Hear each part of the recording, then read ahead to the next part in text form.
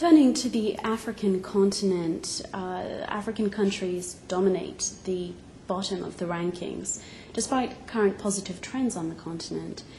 What does the Global Competitiveness Report reveal about the underlying drivers of growth, and what policy recommendations can be made to boost Africa's competitiveness? Yeah.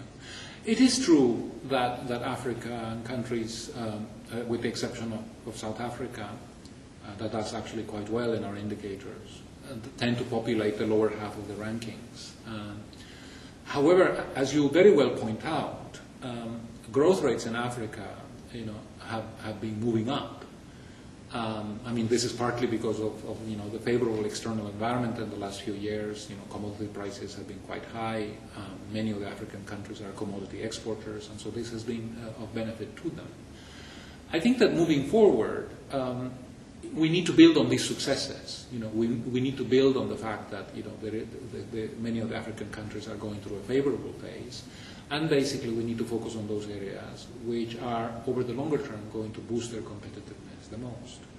And I would say that investing in education is tremendously important. We are discovering that the importance of education over time is rising as one of the most important drivers of productivity and therefore competitiveness. Far more, in fact, than some of the traditional indicators that have to do more with the stability of the macro environment. Then there needs to be a significant improvement in the quality of the institutional framework underlying the African economies. Greater transparency, greater honesty in public service, greater respect for property rights, greater respect for the rule of law. This is one of the areas that is weak throughout the continent, to a greater or to a lesser extent. If these issues are addressed, then I think that there is a good chance that the growth rates that you have seen in the last 2-3 years can be sustained and that income per capita can rise. Now, does that mean that at some point some of the African countries will shift to the top of to the first half of the rankings? And the answer to that question is we don't know, because it will largely depend on what happens in the rest of the world. This is a game in which everybody's playing.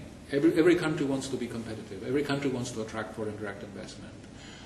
You mentioned the Central and Eastern European countries. One of the reasons why they have done so well is because they have understood very clearly that in order to attract foreign investment, technology, know-how, the funding that comes with foreign direct investment, you need to make improvements in institutions. You need to run a good macro policy.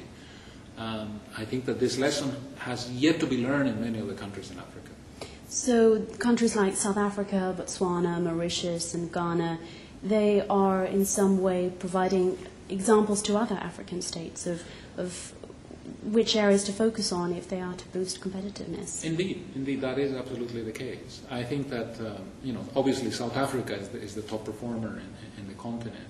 That there are reasons for that. It has a very well-developed infrastructure. It is a country that is very rich in human resources and natural resources as well. It is a large economy in the continent. But I think that it shows the way. It shows the way to the rest of the continent. When you take a look at a long-term perspective and you look at the evolution of other economies in the world, you have places like Korea.